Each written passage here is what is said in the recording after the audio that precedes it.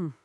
ನಾವೆಲ್ಲರೂ ಈ ಆಧ್ಯಾತ್ಮದ ಬಗ್ಗೆ ಭಾಷಣಗಳನ್ನ ಕೇಳ್ತಾ ಇರ್ತೀವಿ ಅಥವಾ ತತ್ವಶಾಸ್ತ್ರದ ಪುಸ್ತಕಗಳನ್ನ ಓದುವಾಗ ಅಲ್ವಾ ಒಂದು ಮಾತನ್ನ ಪದೇ ಪದೇ ಕೇಳಿರ್ತೀವಿ. ಹೌದು, ಬಹಳ ಕಾಮನ್ ಆಗೇ ಬರುವಂಥದ್ದು. ಅದೇ ಈ ಎಲ್ಲವೂ ಒಂದೇ, ನಾವೆಲ್ಲರೂ ಒಂದೇ, ನಾವು ನೋಡ್ತಾ ಇರೋ ಈ ಪ್ರಪಂಚ ಕೇವಲ ಒಂದು ಭ್ರಮೆ ಅಂತ ಹೇಳ್ತಾರಲ್ಲ. ಕರೆಕ್ಟ್. ಕೇಳೋಕೆ ಬಹಳ ಹಿತವಾಗಿರುತ್ತೆ ಆ ಮಾತು. ಆದ್ರೆ ಆ ಒಂದು ಕ್ಷಣ ಯೋಚನೆ ಮಾಡಿ ನೋಡಿ, ಆ ಮಾತು ಸುಳ್ಳಾಗಿದ್ರೆ ಓ, ಅಂದ್ರೆ ಅಂದ್ರೆ ನಾವು ನಮ್ಮ ಕಣ್ಣಾರೆ ನೋಡ್ತಾ ಇರೋ ಈ ಭಿನ್ನತೆಗಳು, ಈ ವ್ಯತ್ಯಾಸಗಳೇ ಜಗತ್ತಿನ ಅಂತಿಮ ಸತ್ಯ ಆಗಿದ್ರೆ ಏನಾಗುತ್ತೆ ಅಂತ. ಹಬ್ಬಾ, ಇದೊಂದು ಅತ್ಯಂತ ಗಂಭೀರವಾದ ದಾರ್ಶನಿಕ ಪ್ರಶ್ನೆ. ಆ, ನಾವೆಲ್ಲರೂ ಒಂದೇ ಎನ್ನೋದು ಹೇಳೋಕೆ ಸುಲಭ, ಆದರೆ ಜಗತ್ತಿನ ವಾಸ್ತವವನ್ನ ಅಥವಾ ನಮ್ಮ ದಿನನಿತ್ಯದ ಅನುಭವಗಳನ್ನ ಸ್ವಲ್ಪ ಆಳವಾಗಿ ಗಮನಿಸಿದ್ರೆ ಸಾಕು. ಹೌದು, ಎಷ್ಟೋ ಸಮಸ್ಯೆಗಳು ಕಾಣಿಸುತ್ತೆ ಅಲ್ವಾ. ಖಂಡಿತ. ಆ ಒಂದೇ ಅನ್ನೋ ವಾದದಲ್ಲಿ ಎಷ್ಟೋ ತಾರ್ಕಿಕ ಬಿಕ್ಕಟ್ಟುಗಳು ಎದುರಾಗುತ್ತವೆ. ಎಕ್ಸಾಕ್ಟ್ಲಿ. ಆ ಬಿಕ್ಕಟ್ಟುಗಳನ್ನ ಬಿಡಿಸೋ ಪ್ರಯತ್ನವನ್ನೇ ನಮ್ಮ ಇವತ್ತಿನ ಈ ಆಳವಾದ ವಿಶ್ಲೇಷಣೆಯಲ್ಲಿ ನಾವು ಮಾಡ್ತಾ ಇದೀವಿ. ಬಹಳ ಇಂಟ್ರೆಸ್ಟಿಂಗ್ ಆಗಿರುತ್ತೆ ಈ ಚರ್ಚೆ. ಜಗತ್ತಿನಲ್ಲಿ ನಾವು ಕಾಣುವ ಪ್ರತಿಯೊಂದು ವ್ಯತ್ಯಾಸವೂ ಕೇವಲ ಭ್ರಮೆಯೋ ಅಥವಾ ಅದಕ್ಕೊಂದು ಶಾಶ್ವತವಾದ ಅಸ್ತಿತ್ವ ಇದೆಯೋ ಅನ್ನೋ ಮೂಲಭೂತ ಪ್ರಶ್ನೆಗೆ ಇವತ್ತು ಉತ್ತರ ಹುಡುಕಲಿದ್ದೀವಿ.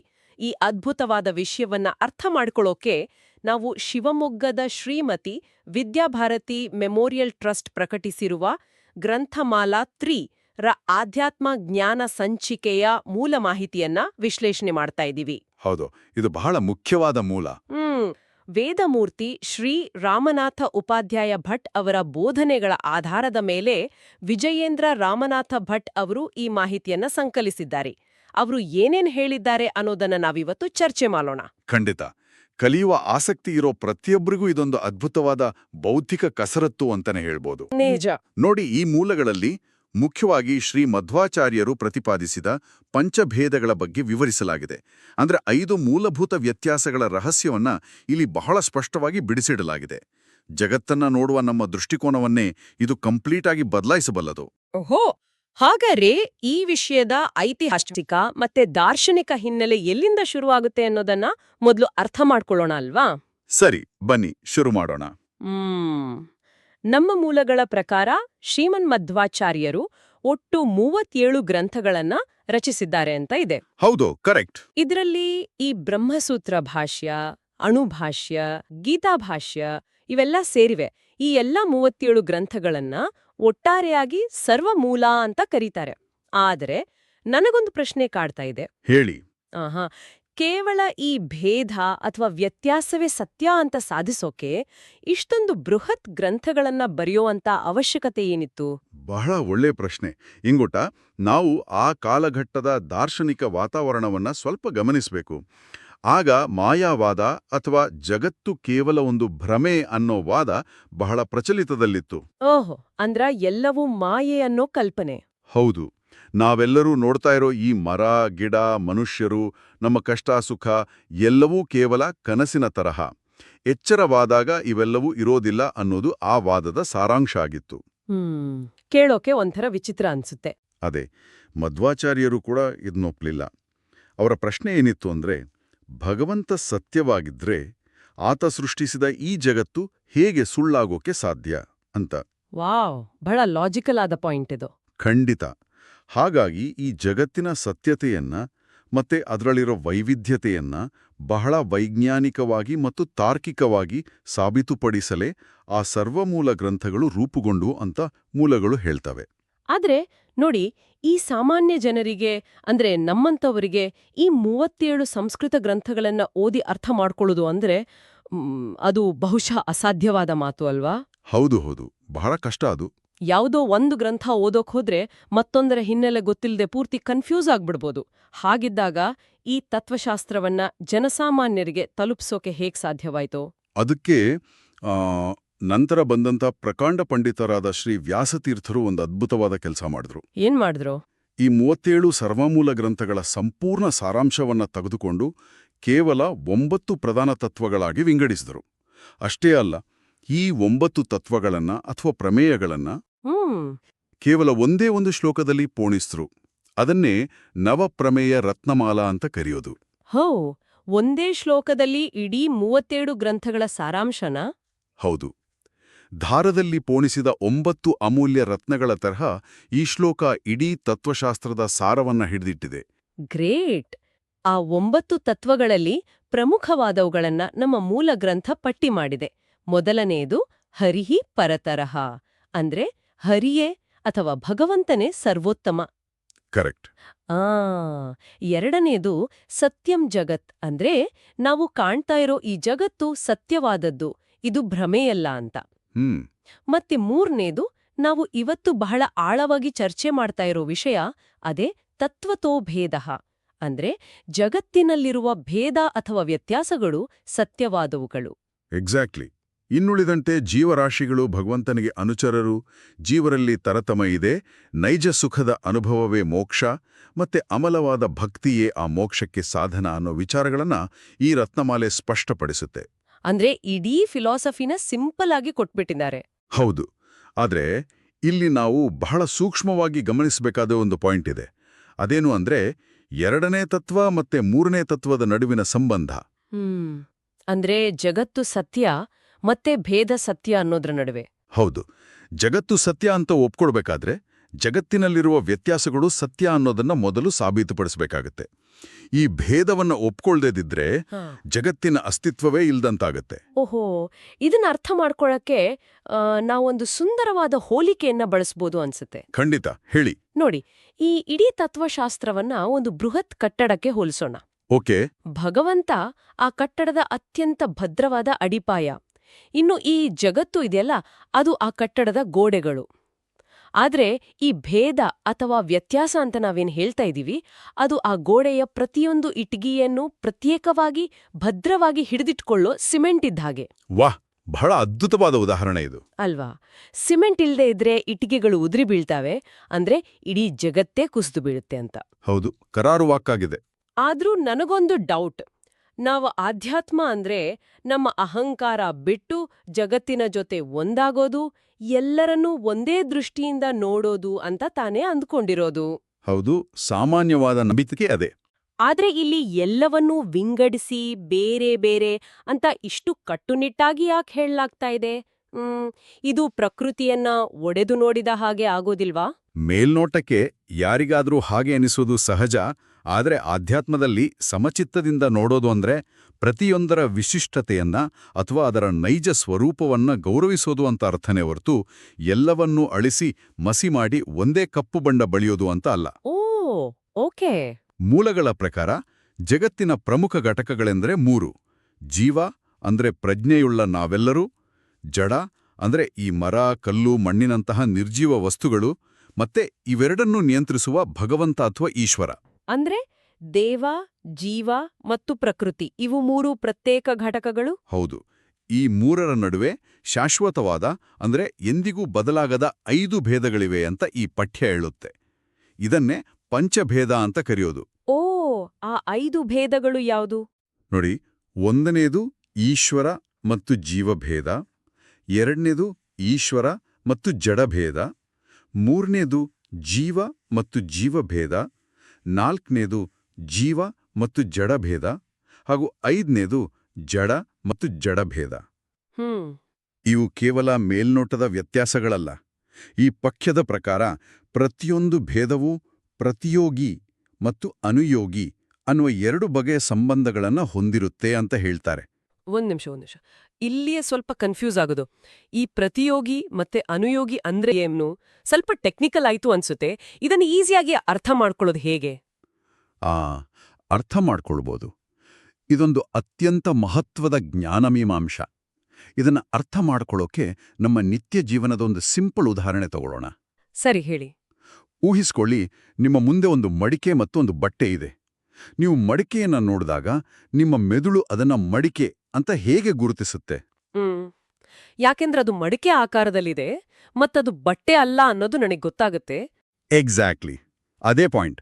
ಅದು ಬಟ್ಟೆಯಲ್ಲ, ಅದು ಮರವಲ್ಲ, ಅದು ಕಲ್ಲಲ್ಲ ಅನ್ನೋದು ನಮ್ಮ ಮೆದುಳಿಗೆ ಗೊತ್ತಾಗುತ್ತೆ. ಅಂದ್ರೆ ಒಂದು ವಸ್ತುವನ್ನ ಗುರುತಿಸಬೇಕಾದ್ರೆ ಅದರಲ್ಲಿ ಬೇರೊಂದು ವಸ್ತು ಅಲ್ಲ ಅನ್ನೋ ಗುಣ ಇರ್ಲೇಬೇಕಲ್ವಾ? ಹೌದು. ಇಲ್ಲಿ ಮಡಿಕೆಯಲ್ಲಿರುವ ನಾನು ಬಟ್ಟೆಯಲ್ಲ ಅನ್ನೋ ಭೇದವನ್ನ ನಾವು ತಗೋತಾ ಇದೀವಿ. ಯಾವುದ್ರಲ್ಲಿ ಆ ಭೇದ ಇದೆಯೋ ಅಂದ್ರೆ ಇಲ್ಲಿ ಮಡಿಕೆ, ಅದನ್ನ ಅನುಯೋಗಿ ಅಂತಾರೆ. ಓಕೆ. ಯಾವ ವಸ್ತುವಿನಿಂದ ಆ ಭೇದವನ್ನ ನಾವು ಅಳಿತಾ ಇದೀವೋ ಅಂದ್ರೆ ಬಟ್ಟೆ ಅದನ್ನ ಪ್ರತಿಯೋಗಿ ಅಂತಾರೆ. ಓ ಅಂದ್ರೆ ಒಂದು ವಸ್ತು ತಾನೇ ತಾನಾಗಿರ್ಬೇಕು ಅಂದ್ರೆ ಅದು ಪ್ರಪಂಚದ ಉಳಿದೆಲ್ಲ ವಸ್ತುಗಳಿಗಿಂತ ಭಿನ್ನವಾಗಿದೆ ಅನ್ನೋ ಆ ಭೇದ ಅದರ ಮೂಲಭೂತ ಗುಣಲಕ್ಷಣ ಆಗಿರುತ್ತೆ. ಹೌದು. ವಾವ್! ಬಟ್ಟೆಯ ಪ್ರತಿಯೋಗಿ ಗುಣ ಮಡಿಕೆಯಲ್ಲಿ ಇಲ್ದಿದ್ರೆ ಆಮ್, ನಾವು ಮಡಿಕೆಯನ್ನೇ ಬಟ್ಟೆ ಅಂತ ಉಡಬೇಕಾಡುತ್ತೆ ಅಲ್ವಾ? ಇದು ನಿಜಕ್ಕೂ ಬಹಳ ಆಳವಾದ ವಿಚಾರ. ಖಂಡಿತ. ಪ್ರತಿಯೊಂದು ವಸ್ತುವಿಗೂ ತನ್ನದೇ ಆದ ವಿಶಿಷ್ಟ ಧರ್ಮ ಮತ್ತು ಗುಣಲಕ್ಷಣಗಳಿರುತ್ತೆ. ನಮ್ಮ ಮೆದುಳು ಕಾರ್ಯನಿರ್ವಹಿಸೋದೇ ಈ ಭೇದಗಳ ಆಧಾರದ ಮೇಲೆ. ಈ ಪ್ರತಿಯೋಗಿ ಮತ್ತು ಅನುಯೋಗಿ ಸಂಬಂಧವನ್ನು ನಾವು ಅಳಿಸಿಹಾಕಿದ್ರೆ ಜಗತ್ತಿನ ಅಸ್ತಿತ್ವವೇ ನಿಂತು ಹೋಗುತ್ತೆ, ನಮ್ಮ ಜ್ಞಾನ ಪ್ರಕ್ರಿಯೆಯೇ ಕುಸಿದು ಬೀಳುತ್ತೆ. ಮೈ ಗಾಡ್! ಹಾಗಾದ್ರೆ ಒಂದು ವೇಳೆ ಈ 5 ಭೇದಗಳನ್ನ ಕೇವಲ ನಮ್ಮ ಕಲ್ಪನೆ ಅಥವಾ ಇದು ಸುಳ್ಳು ಅಂತ ತಳ್ಳಿ ಹಾಕಿದ್ರೆ ಏನಾಗ್ಬೋದು? ಭಾಳಿ ದೊಡ್ಡ ಅನಾಹುತ ಆಗುತ್ತೆ. ಈ ಪಂಚಭೇದಗಳು ಹುಟ್ಟುವವುಗಳಲ್ಲ ಅಥವಾ ನಾಶವಾಗುವವುಗಳಲ್ಲ ಅಂತ ಪಠ್ಯ ಹೇಳುತ್ತೆ. ಒಂದು ವೇಳೆ ಇವು ನಾಶವಾದ್ರೆ ಅಂದ್ರೆ ಇವು ಇಲ್ಲ ಅಂತ ನಾವು ಭಾವಿಸಿದ್ರೆ ಎಂತಹ ಅನಾಹುತ ಆಗುತ್ತೆ ಅನ್ನೋದನ್ನ ಮೂಲ ಪಠ್ಯವು ಒಂದು ತಾರ್ಕಿಕ ಪ್ರಯೋಗದ ಮೂಲಕ ವಿವರಿಸಿದೆ ಅಲ್ವಾ? ಹೌದು. ಈ ತಾರ್ಕಿಕ ಪ್ರಯೋಗ ನಮಗೆ ಜಗತ್ತಿನ ವಾಸ್ತವವನ್ನ ಕನ್ನಡಿಯಂತೆ ತೋರಿಸುತ್ತೆ. ನಾವು ಒಂದೊಂದಾಗಿ ಆ 5 ಭೇದಗಳನ್ನ ಅಳಿಸಿ ಹಾಕಿ ನೋಡೋಣ. ಸರಿ, ನೋಡೋಣ. ಮೊದಲನೇದು, ಈಶ್ವರ ಮತ್ತು ಜೀವಭೇದ ನಾಶವಾದರೆ ಏನಾಗತ್ತೆ ಅಂತ ಊಹಿಸಿ. ಅಂದ್ರೆ ದೇವರಿಗೂ ಮತ್ತೆ ಸಾಮಾನ್ಯ ಮನುಷ್ಯರಿಗೂ ಅಥವಾ ಜೀವಿಗಳಿಗೂ ಯಾವುದೇ ವ್ಯತ್ಯಾಸವಿಲ್ಲ ಅಂತ ಇಟ್ಕೊಳ್ಳೋಣ. ಆಗೇನಾಗ್ಬೋದು? ಹಾಗೆ ಯೋಚನೆ ಮಾಡಿದ್ರೆ ದೇವರಿಗೂ ನಮ್ಮ ಹಾಗೆ ಮಿತಿಗಳು ಬಂದ್ಬಿಡುತ್ತೆ. ಅಂದ್ರೆ ದೇವರಿಗೂ ಹಸಿವಾಗುತ್ತೆ, ನಿದ್ರೆ ಬರುತ್ತೆ, ಅಜ್ಞಾನ ಆವರಿಸುತ್ತೆ. ಕರೆಕ್ಟ್. ಆತ ಸರ್ವತಂತ್ರ ಸ್ವತಂತ್ರನಾಗಿ ಉಳಿಯೋದಿಲ್ಲ. ದೇವರಿಗೆ ಈ ಜೀವತ್ವ ಬಂದ್ರೆ ಇಡೀ ಜಗತ್ತನ್ನ ನಿಯಂತ್ರಿಸುವ ಭಗವಂತನೇ ಇಲ್ಲದಂತಾಗ್ತಾನೆ ಅಲ್ವಾ? ಇದು ಕಂಪ್ಲೀಟ್ ಆಗಿ ತಾರ್ಕಿಕ ವಿರೋಧಾಭಾಸ. ಬಹಳ ಸರಿಯಾಗಿ ಹೇಳಿದ್ರಿ. ಇನ್ನು ಎರಡನೇದು, ಜೀವ ಮತ್ತು ಜೀವಭೇದ ನಾಶವಾದ್ರೆ ಅಂದ್ರೆ ಈ ಜಗತ್ತಿನಲ್ಲಿಯೋ ಕೋಟ್ಯಾಂತರ ಜೀವಿಗಳ ನಡುವೆ ಯಾವುದೇ ಮೂಲಭೂತ ವ್ಯತ್ಯಾಸ ಇಲ್ಲ, ಎಲ್ಲರ ಆತ್ಮವೂ ಒಂದೇ ಅಂತ ಭಾವಿಸೋಣ. ಆಗ ಪ್ರಾಯೋಗಿಕವಾಗಿ ಎಂತಹ ಸಮಸ್ಯೆ ಎದುರಾಗ್ಬೋದು? ಒಂದು ಕ್ಷಣ ಊಹಿಸಿದ್ರೆ ಇದು ಎಂತಹ ಗೊಂದಲಕ್ಕೆ ಕಾರಣವಾಗಬಹುದು ಅಂತ ಗೊತ್ತಾಗುತ್ತೆ. ನನ್ನ ಮತ್ತೆ ನಿಮ್ಮ ನಡುವೆ ವ್ಯತ್ಯಾಸ ಇಲ್ಲ ಅಂದ್ರೆ ನೀವು ಊಟ ಮಾಡಿದ್ರೆ ನನ್ನ ಹೊಟ್ಟೆ ತುಂಬಬೇಕು. ಹೌದು. ಅಥವಾ ಒಬ್ಬ ವ್ಯಕ್ತಿ ತಾನು ಮಾಡಿದ ಪಾಪ ಪುಣ್ಯಗಳ ಫಲವನ್ನ ಅನುಭವಿಸೋ ಬದಲು ಆ ಕರ್ಮಗಳೆಲ್ಲವೂ ಮತ್ತೊಬ್ಬರಿಗೆ ಅಂಟುಕೊಳ್ಳುತ್ತೆ. ಒಬ್ಬರ ಸುಖ ದುಃಖಗಳು ಇನ್ನೊಬ್ಬರ ಜೊತೆ ಕಂಪ್ಲೀಟ್ ಆಗಿ ಬೆರೆತು ಹೋಗುತ್ತೆ. ಎಕ್ಸಾಕ್ಟ್ಲಿ. ಇದನ್ನೇ ಎಲ್ಲರ ಅನುಭವಗಳು ಸಾಂಕರ್ಯವಾಗುತ್ತವೆ ಅಂತ ಹೇಳ್ತಾರೆ. ಅಂದ್ರೆ ಅಸ್ತವ್ಯಸ್ತವಾಡಿ ಒಂದಕ್ಕೊಂದು ಅಂಟಿಕೊಳ್ಳೋದು. ಅಬ್ಬಾ, ಆಗ ಪ್ರತಿಯೊಬ್ಬ ವ್ಯಕ್ತಿಯ ವೈಯಕ್ತಿಕ ಅನುಭವಗಳಿಗೆ ಅರ್ಥನೇ ಇರೋದಿಲ್ಲ. ಅಂದ್ರೆ ನ್ಯಾಯ, ಕರ್ಮ ಸಿದ್ಧಾಂತ ಎಲ್ಲವೂ ಕುಸಿದುಬೀಳುತ್ತೆ. ಇನ್ನು ಮೂರನೇ ಭೇದ, ಜೀವ ಮತ್ತು ಜಡಭೇದ. ಜೀವಿಗಳಿಗೂ ಮತ್ತೆ ನಿರ್ಜೀವ ವಸ್ತುಗಳಿಗೂ ವ್ಯತ್ಯಾಸವೇ ಇಲ್ಲ ಅಂತ ವಾದಿಸಿದ್ರೆ ಏನಾಗುತ್ತೆ ಯೋಚಿಸಿ. ಆಗ ಜೀವಿಗಳಿಗೆ ಜಡತ್ವ ಬಂದ್ಬಿಡುತ್ತೆ. ನಮ್ಮಲ್ಲಿರೋ ಚೈತನ್ಯ, ಆಲೋಚನಾ ಶಕ್ತಿ ಎಲ್ಲವೂ ನಾಶವಾಗಿ ನಾವೆಲ್ಲರೂ ಕಲ್ಲು ಮಣ್ಣುಗಳ ತರಹ, ಪ್ರತಿಮೆಗಳ ತರಹ ಪ್ರಜ್ಞಾಹೀನರಾಗ್ಬೇಕಾಗುತ್ತೆ. ಹೌದು. ಅಥವಾ ಆ ಕಲ್ಲು ಮಣ್ಣುಗಳಿಗೆ ನಮ್ಮ ತರ ನೋವು ನಲಿವಿನ ಅನುಭವ ಆಗಬೇಕು.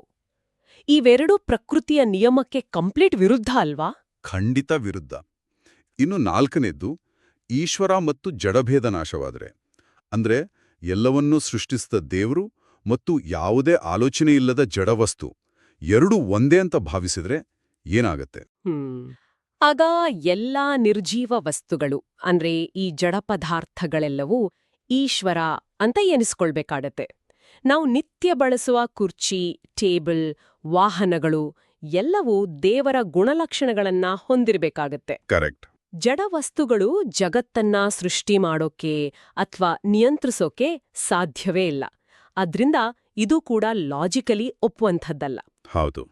ಮತ್ತೆ ಕೊನೆಯದಾಗಿ 5ನೇ ಭೇದ, ಜಡ ಮತ್ತು ಜಡಭೇದ. ಅಂದ್ರೆ ಒಂದು ನಿರ್ಜೀವ ವಸ್ತುವಿಗೂ ಮತ್ತು ಮತ್ತೊಂದು ನಿರ್ಜೀವ ವಸ್ತುವಿಗೂ ಯಾವುದೇ ವ್ಯತ್ಯಾಸ ಇಲ್ಲ ಅಂತ ಭಾವಿಸಿದ್ರೆ ಎಂಥ ದುರಂತ ಸಂಭವಿಸ್ಬೋದು. ಓ ಮೈ ಗಾಡ್! ಇಡೀ ಭೌತಶಾಸ್ತ್ರವೇ ಕುಸ್ತು ಬೀಳುತ್ತೆ. ಅಂದ್ರೆ ಕಲ್ಲಿನ ಕಠಿಣ ಗುಣ ಮಣ್ಣಿಗೂ, ಮಣ್ಣಿನ ಮೃದುಗುಣ ಕಲ್ಲಿಗೂ ಬಂದ್ರೆ ನಾವು ಕಟ್ಟೋ ಕಟ್ಟಡಗಳು ನಿಲ್ತಾ? ಖಂಡಿತ ನಿಲ್ಲಲ್ಲ. ಬೆಂಕಿಯ ಉಷ್ಣತೆ ನೀರಿಗೂ, ನೀರಿನ ತಂಪು ಬೆಂಕಿಗೂ ಬಂದ್ರೆ ಇಡೀ ಪ್ರಕೃತಿಯ ಭೌತಿಕ ನಿಯಮಗಳೇ ಅಸ್ತವ್ಯಸ್ತ ಆಗ್ಬಿಡತ್ತೆ. ನಿಜ. ಈ 5 ಪ್ರಯೋಗಗಳು ನಮಗೆ ಹೇಳೋದೇನು ಅಂದ್ರೆ ಜಗತ್ತಿನ ಸಮತೋಲನ ಮತ್ತೆ ಪ್ರತಿಯೊಂದರ ಅನನ್ಯತೆಯನ್ನ ಉಳಿಸ್ಕೊಳ್ಳೋಕೆ ಈ 5 ಭೇದಗಳು ಅನಾದಿ. ಅಂದ್ರೆ ಇವುಗಳನ್ನ ಯಾರೋ ಕೂತು ಸೃಷ್ಟಿಸಿದ್ದಲ್ಲ, ಇವು ಶಾಶ್ವತವಾದ ಸತ್ಯಗಳು. ಈ ವ್ಯತ್ಯಾಸಗಳಿಲ್ಲದೆ ಒಂದು ಕ್ಷಣವೂ ಜಗತ್ತು ಕಾರ್ಯನಿರ್ವಹಿಸೋಕೆ ಸಾಧ್ಯವಿಲ್ಲ ಅನ್ನೋದು ಇದರಿಂದ ಪ್ರೂವ್ ಆಗುತ್ತೆ. ನಿಜ. ಈ ತಾರ್ಕಿಕ ಅನಾಹುತಗಳನ್ನ ತಪ್ಪಿಸೋಕೆ ನಮ್ಮ ಪ್ರಾಚೀನರು ಭಾಷೆಯ ಮೂಲಕವೇ ಜಗತ್ತಿನ ಸತ್ಯವನ್ನ ಹೇಗೆ ಕಟ್ಟಿಕೊಟ್ಟಿದ್ದಾರೆ ಅನ್ನೋದು ಬಹಳ ರೋಚಕವಾಗಿದೆ. ನಾವು ದಿನನಿತ್ಯ ಬಳಸುವ ಪ್ರಪಂಚ ಅನ್ನೋ ಪದವೇ ಇದಕ್ಕೆ ದೊಡ್ಡ ಉದಾಹರಣೆ ಅಲ್ವಾ? ಹೌದು, ಅದ್ಭುತವಾದ ಪದ ಅದು. ಈ ಪದದ ಅಸಲಿ ಅರ್ಥ ಏನು ಅನ್ನೋದನ್ನ ಮೂಲಪಠ್ಯದಲ್ಲಿ ಬಹಳ ಸುಂದರವಾಗಿ ವಿವರಿಸಿದ್ದಾರೆ. ನಾವು ಮಾಂಡುಕ್ಯ ಉಪನಿಷತ್ತನ್ನ ಗಮನಿಸಿದ್ರೆ ಈ ಪ್ರಪಂಚ ಅನ್ನೋ ಪದದ ನಿಷ್ಪತ್ತಿ ಬಹಳ ಆಳವಾಗಿದೆ. ಪ್ರ ಅಂದ್ರೆ ಪ್ರಕೃಷ್ಟವಾದ ಮತ್ತು ಪಂಚ ಅಂದ್ರೆ 5. ಓಹೋ! ಅಂದ್ರೆ ಈ 5 ಪ್ರಮುಖ ಭೇದಗಳ ಗುಂಪೇ ಪ್ರಪಂಚ.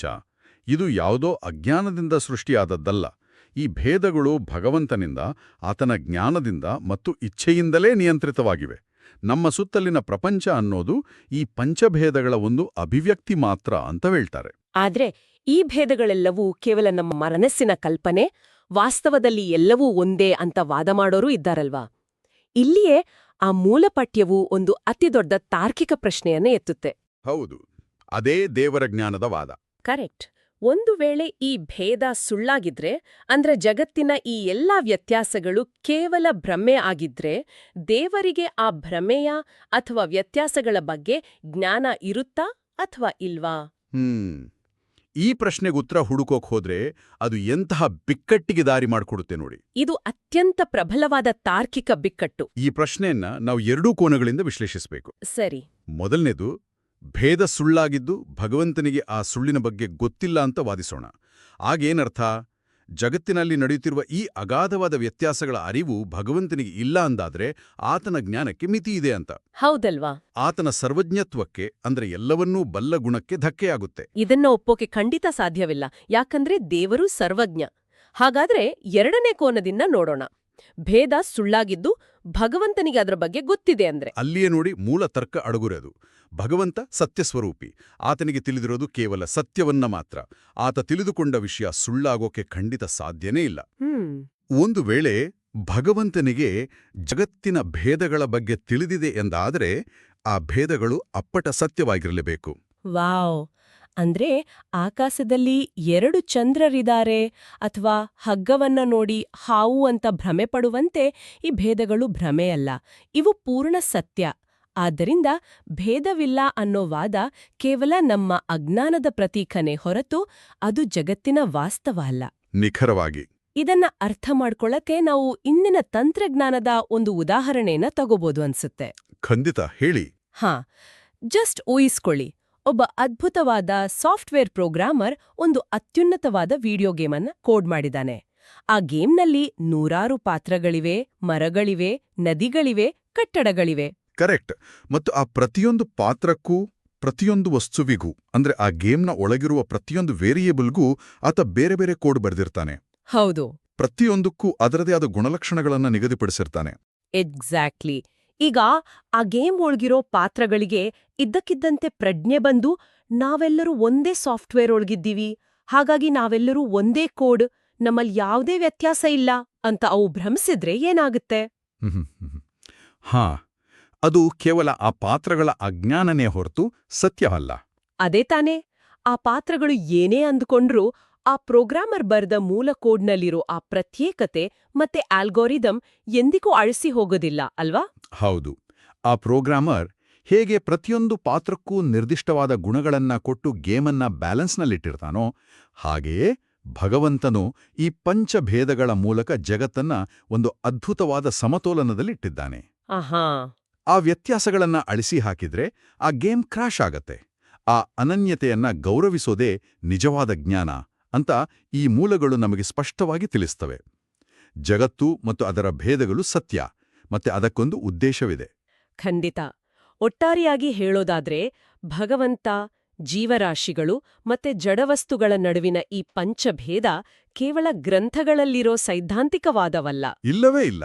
ಇದು ಜಗತ್ತಿನ ಸಮತೋಲನವನ್ನ, ದೇವರ ಸರ್ವೋತ್ತಮತೆಯನ್ನ ಮತ್ತು ನಮ್ಮ ವೈಯಕ್ತಿಕ ಅಸ್ತಿತ್ವವನ್ನ ಎತ್ತಿಹಿಡಿಯುವ ಪ್ರಾಯೋಗಿಕ ಸತ್ಯವಾಗಿದೆ. ಆದ್ರೆ ಇಂದಿನ ಕಾಲಘಟ್ಟದಲ್ಲಿ ನಾವು ವಾಸಿಸ್ತಿರುವ ಈ ಜಗತ್ತಿಗೆ ಈ ತತ್ವಶಾಸ್ತ್ರ ಹೇಗೆ ಅನ್ವಯ ಆಗತ್ತೆ ಅನ್ನೋದನ್ನ ನಾವು ಯೋಚಿಸ್ಬೇಕಲ್ವಾ? ಹೌದು, ಅದು ಬಹಳ ಮುಖ್ಯ. ನಾವು ಇವತ್ತು ಮಾಹಿತಿಯ ಮಹಾಪೂರವೇ ಹರಿಯುವ ಜಗತ್ತಿನಲ್ಲಿದ್ದೇವೆ.